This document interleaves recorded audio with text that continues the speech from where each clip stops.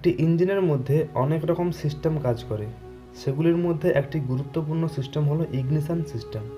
কোনো ইঞ্জিনের মধ্যে এই ইগনিশন সিস্টেম যদি ঠিকঠাকভাবে কাজ না করে, তাহলে সেই ইঞ্জিনটি আর কোনো কাজেই লাগবে না। সেই ইঞ্জিনটিকে আপনি আর কোনো মতে স্টার্টই করতে পারবেন না। এই ইগনিশন সিস্টেম কিভাবে কাজ করে, এই সিস্টেমে কি কি কম্পোনেন্টস আছে, কোনটার কি কাজ, এই সব বিষয়ে সম্পূর্ণ ডিটেলসে বাংলা ভাষায় জানবো আজকের এই ভিডিওতে। ভিডিওটি শুরু করার আগে একটাই কথা বলবো, আমাদের এই চ্যানেলটিতে অটোমোবাইল টেকনোলজি সম্পর্কিত প্রত্যেকদিন নতুন নতুন ভিডিও আপলোড হয়ে থাকে। এই অটোমোবাইল টেকনোলজি সম্পর্কে জানতে এবং শিখতে আমাদের এই চ্যানেলটিকে সাবস্ক্রাইব করুন এবং অল নোটিফিকেশানে ক্লিক করুন। তাহলে চলুন ভিডিওটি শুরু করা যাক।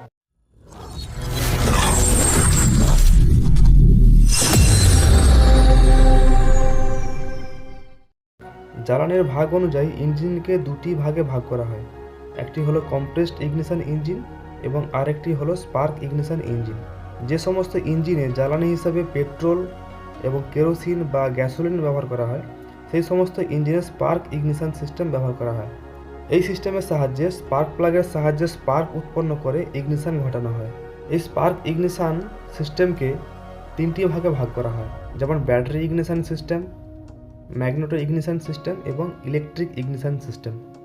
ব্যাটারি ইগনিশন সিস্টেম এবং ম্যাগনেটো ইগনিশন সিস্টেম, এই দুটি সিস্টেমের মধ্যে যে পার্থক্যটি হলো, যে সিস্টেমে ইগনিশন ঘটানোর জন্য ব্যাটারি থেকে ইলেকট্রিক ব্যবহার করা হয় তাকে ব্যাটারি ইগনিশন সিস্টেম বলা হয়, এবং ম্যাগনেটো ইগনিশন সিস্টেমের ক্ষেত্রে ব্যাটারি থাকে না, সেখানে ম্যাগনেটের সাহায্যে ইলেকট্রিক উৎপন্ন করে ইগনিশন ঘটানো হয়, তাই তাকে বলা হয় ম্যাগনেটো ইগনিশন সিস্টেম।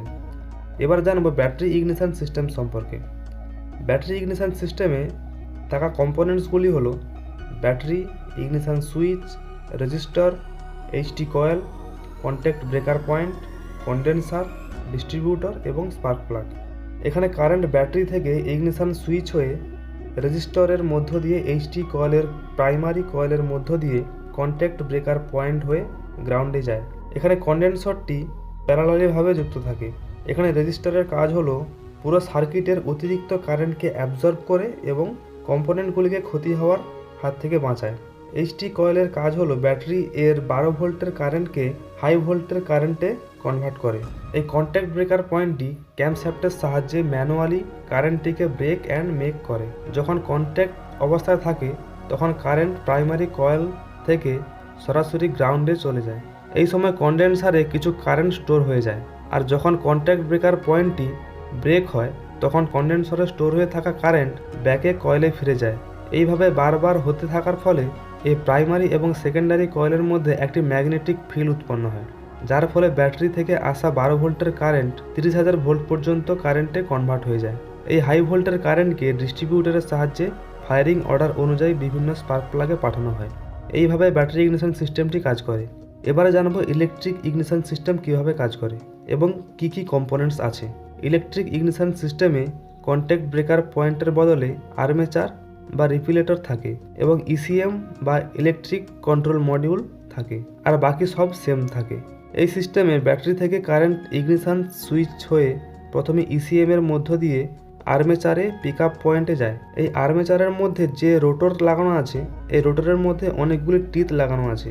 এই টিথগুলি যখন ম্যাগনেটিক পিক আপ পয়েন্টের সোজাসুজি চলে আসে তখন ইসিএম এর সাহায্যে প্রাইমারি কয়েলে কারেন্ট পাঠানো হয়। রোটরটি যখন ঘুরে যায় পিক আপ পয়েন্ট থেকে টিথটি সরে গেলে প্রাইমারি কয়েলের কারেন্ট কাট আউট হয়ে পড়ে। এইভাবে রোটরটি যখন বারবার ঘুরতে থাকে তখন ইসিএম এর সাহায্যে প্রাইমারি কয়েলে কারেন্ট বারবার অন অফ হতে থাকে, ফলে প্রাইমারি এবং সেকেন্ডারি কয়েলের মধ্যে ম্যাগনেটিক ফিল্ড তৈরি হয় এবং 12 ভোল্টের কারেন্ট হাই ভোল্টের কারেন্টে কনভার্ট হয়ে যায়। তারপর ডিস্ট্রিবিউটরের সাহায্যে ফায়ারিং অর্ডার অনুযায়ী বিভিন্ন স্পার্ক প্লাগে কারেন্টটিকে পাঠানো হয়। এইভাবে ইলেকট্রিক ইগনিশন সিস্টেম কাজ করে। আজকের ভিডিওটি এই পর্যন্ত। ভিডিওটি কেমন লাগলো জানান আমাদের, কমেন্ট করুন। আর কি বিষয়ে জানতে চান আপনি লাইক করুন। ভালো থাকুন, দেখা হচ্ছে আবার পরের ভিডিওতে। ধন্যবাদ।